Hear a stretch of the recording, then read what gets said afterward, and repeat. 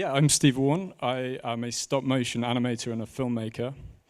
And that is to say I spend a lot of time in darkened studios manipulating small puppets in tiny increments for hours, days, weeks, months, and even sometimes years on end. For example, like this. And at the end of that process, end up with a finished film. So these are some of the projects I've worked on. Tim Burton's Frankenweenie, Kubo and the Two Strings, a lovely Swiss-French film called My Life as Courgette, and as Alex mentioned, I Love Dogs, which I've just spent a couple of years working on as a key animator. And it's out this week, so go and see it. Some of my shots that I did. But I'm not going to talk about that, I'm going to talk about Pombo Loves You, and this is a short stop frame animation, 12 minutes long, that I made as a graduation project at the National Film and Television School just outside of London. And it's a little bit too long to show you in its entirety, but I'm just going to kick things off with the trailer from the film to give you a little taster of what it's about. So here we go, Pombo Loves You.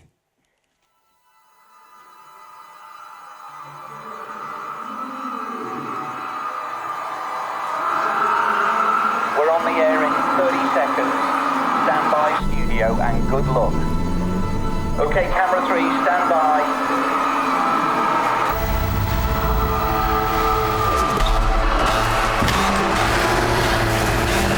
Hear that? Then going north. What's that thing? We're going in 5, 4, 3. Feels good to be back, doesn't it, Griff?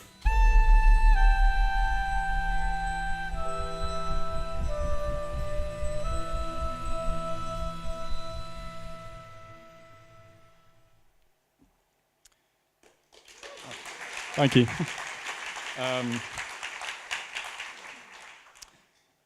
Yeah, so it's the story of a distant father who he is forced to confront a heroic but tragic past life as a hit television show character called Pombo. And the story, well, we made the film at the National Film and Television School with a small team of people. I was on the directing animation course, and basically the school is great because you have a team of people around you studying all kinds of different disciplines like cinematography and editing and sound design. And you basically recruit a small crew of people, and you have an entire year to make one film. So I'm just going to talk a little bit about where the idea came from, and then I'm going to shoot through really quickly just some of the techniques that we use to get the visuals up on the screen. So very early on in the process, I basically teamed up with a writer called Josh and a producer called Ina, who's here tonight actually, and basically talked about loads and loads of different things. I didn't really have a distinctive idea of exactly what kind of film I wanted to make, but something that kind of came up in conversation between Josh and I was this kind of shared memory of all these kind of crazy kids' TV shows that we grew up with, such as Fun House and Get Your Own Back and The Crystal Maze, which we all loved as kids. And there's something about this sort of feral chaos to a lot of those shows, and they were like a little bit dangerous. And for whatever reason, they kind of stuck in my mind, and I was sort of thinking, is there something we could kind of explore in this realm? And there's something strong aesthetically about some of these shows. And I was digging a little deeper into the sort of character designs of the time. And I kind of realized that a lot of the stuff is meant to be absurd and funny, but also has something slightly dark about it as well. And I don't know if that's just my adult kind of perspective projecting onto it, or if it was always there. But least of all, Mr. Blobby, who those of you who grew up in the UK or were around the UK in the 90s will be familiar with. He was a pop cultural icon of his time. He had a hit TV show, merchandise everywhere, even a hit single in the charts.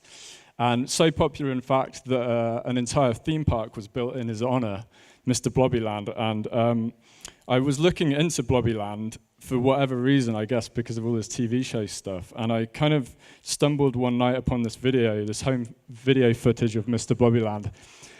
And it was really late one night. It was probably 2 in the morning. I'd had a couple of drinks, and I was playing this really, ethereal post-rock music in the background, and I was getting really dreamy and deep.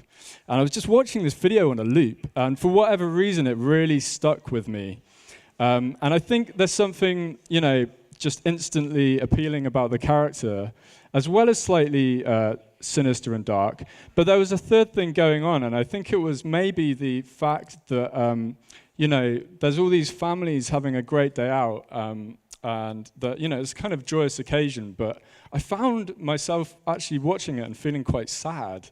And I think it was possibly because, apart from all the other things I mentioned, it was possibly because, none of this exists anymore, and it's kind of like a bygone era, and this kind of pop cultural icon has disappeared off our screens, and it got me thinking, what has happened to Blobbyland now? And I did a little more digging, and unfortunately, this is the state of his bedroom now.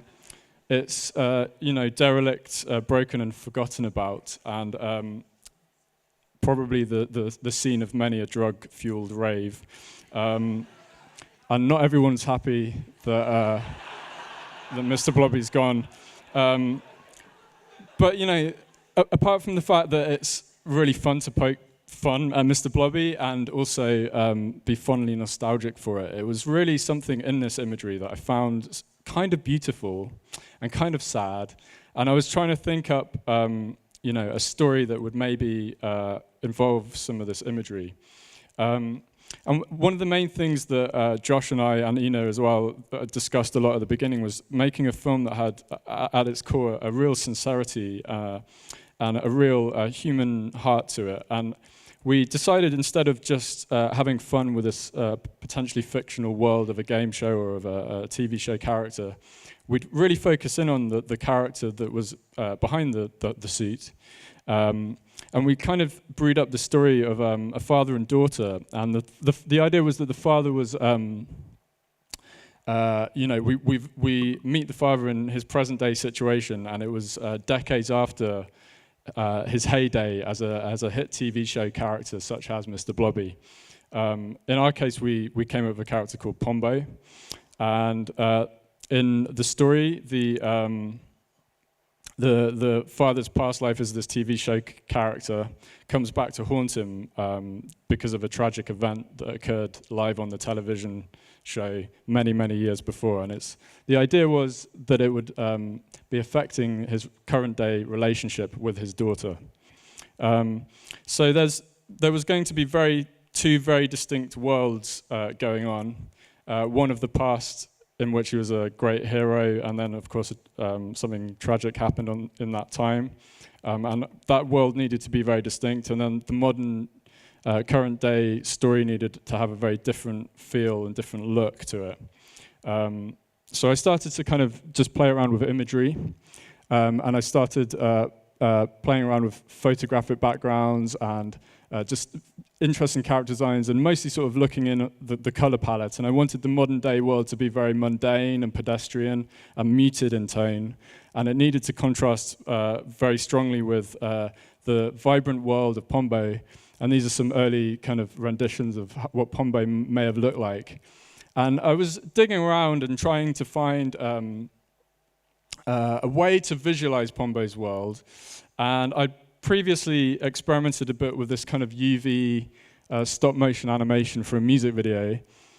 This is just a toy car that I'd animated, and what's great about UV lighting is you can get a lot of quite bold visuals out of very little. So it's a toy car and some fluorescent tape that I cut up and stuck on the car, and that's about it really.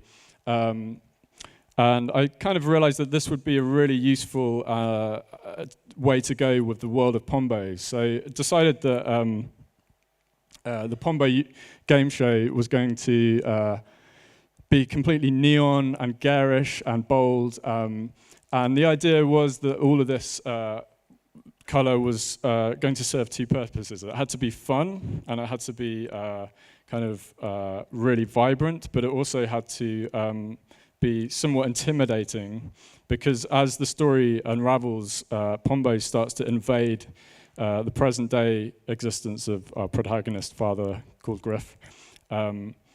And his home even gets invaded by Pombo. So the UV lighting turned out to be a really great technique to achieve this.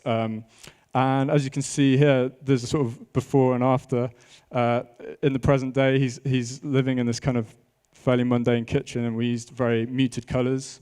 Everything's made out of paper and card. And the great thing about that was that we could really control the color palette, and also give quite a clean graphical look to the sets. And then it really came in useful later on when we used the UV, because paper has a really good fluorescence to it, and we could control which bits we wanted to make glow more than others. And another technique we employed was this use of rear projection. Rear projection is actually a really old cinema technique, but you don't really see it very often these days. Most people would shoot against the green screen and then do some computer effects to kind of make a background. We basically had an entire sequence where our protagonist is driving in a car being chased by Pombo, and we basically were looking at how we could achieve this in stock frame, and it's really, really hard to build loads of backgrounds and kind of shoot it as models. So I was thinking I'd always wanted to try this technique of rear projection. And it turned out to be a really, really quick and fairly effective technique. Basically, me and my cinematographer, Alistair Little, we went up to Derbyshire, and we filmed lots of roads, country roads, and we brought that footage back to the studio, and we fed it all through a computer and tweaked the colors on it slightly. And then basically we projected those images frame by frame behind quite a rudimentary set of the car. And it gave the film a kind of kinetic energy that I was really keen to instill in it. Basically, stock frame is quite easy for things to become quite similarly paced. And I knew that this film needed an awful lot of energy to kind of tell the story. So it was kind of mixing two mediums together. And I think it kind of worked out okay. We basically started the project by storyboarding, and the drawings were very loose and very rough. And I deliberately wanted to keep it loose at this stage, and we cut all the storyboards together in an animatic, which is quite a usual method in animation. But instead of religiously following this animatic, we decided to approach the shoot in a much looser way. And one of the things that I'd always been taught in stop motion is to never touch the camera, because if you start a shot and you knock the camera halfway through, it's really, really hard to get it back, and it can like ruin an entire day or even weeks worth of work. But then at the school, they had these kind of geared tripod heads, which the camera was sitting on, and I realized you could basically animate the camera. And I was thinking, well, if I can animate the puppets, then why not animate the camera in the same way? And I basically decided to approach the cinematography in the film in that way. I wanted everything to feel quite instinctive and from, just shoot from the hip kind of thing. And being able to animate the camera really liberated the whole look of it. It gave it a kind of energy which it wouldn't necessarily have had before. And basically, I could animate the puppet and be completely free. And also, thinking about the way that the camera was animated was really important. I just kind of thought that maybe that there should be a sense that someone's actually operating the camera behind the camera. So, in this instance, I offset the camera move a little bit just to kind of give it a sense that someone's like following the character in the middle of the room. So that's about it. I kind of decided that this film really needed to have a sincerity to it, and I learned that was the main thing to hold on to, despite there being many different techniques that we employed in the production. I found that the relationship between the father and daughter was actually the kind of key to it all. Yeah, embracing the familiar was another big thing that I learned along the way as well. So I'm just going to leave you with a couple of clips from the film that illustrate some of these techniques that I've talked about. And then if you do want to see it, the film is online. I'll leave up a couple of links at the end. Yeah, thank you.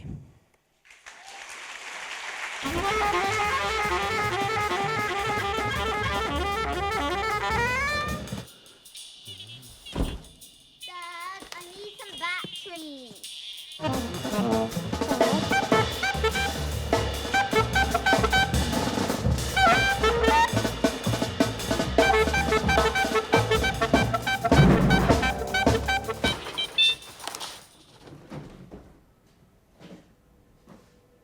Bronwyn?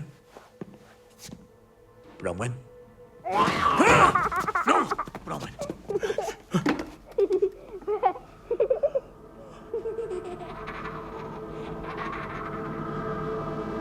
No! Take it off!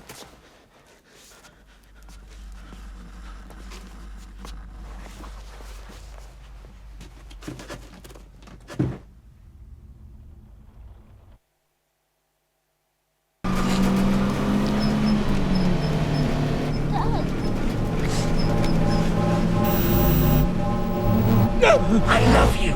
You can't lock that kind of love away forever. You can't lock me away forever. Dad, stop it. Dad.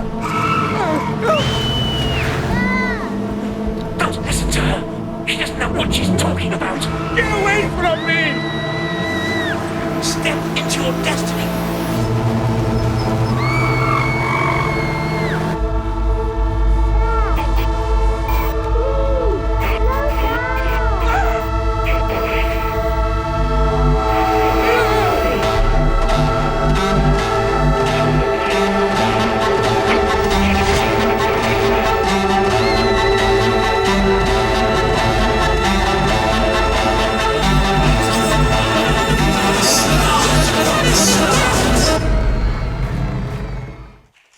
Thank you.